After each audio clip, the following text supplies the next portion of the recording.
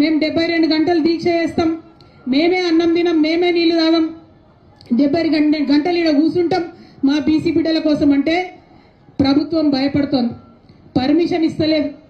ఇవ్వాలంటే మనం 10 నుంచి 4 వరకే ఉండాలంట. నేను డిమాండ్ చేస్తా ఉన్నా, ఆనాడు ఉమ్మడి ఆంధ్రప్రదేశ్లోనే 48 గంటలు నిరంతర నిరాహార దీక్ష అంబేద్కర్ విగ్రహాన్ని అసెంబ్లీలో పెట్టడం కోసం చేసినాం. మీరు ఆంధ్రోల కన్నా పాపం అయిపోయినరా? ఆంధ్ర సర్కార్ కన్నా పాపం అయిపోయినరా మీరు?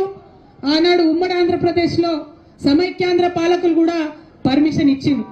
ధర్నా చౌక్ ఓపెన్ చేసినా అని చెప్పి ఢిల్లీలో గప్పాలు కొడతారు మన ముఖ్యమంత్రి గారు, కానీ మాకు పర్మిషన్ ఇవ్వడానికి ఎందుకు భయపడతా ఉన్నారు? మేము ఇప్పుడు మళ్ళీ డిమాండ్ చేస్తున్నాం ప్రభుత్వాన్ని, మాకు 72 గంటల నిరంతర నిరాహార దీక్ష కోసం పర్మిషన్ ఇవ్వాలి.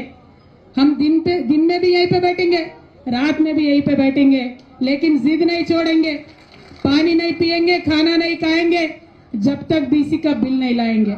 మరి అందుకోసమే ప్రభుత్వాన్ని అడుగుతా ఉన్నాం, మీరు మంచి మాట కమన ఇవ్వండి, లేకపోతే ఆల్టర్నేట్గా ఇలా 12కి మేము కోర్టుకు కూడా పోతున్నాం.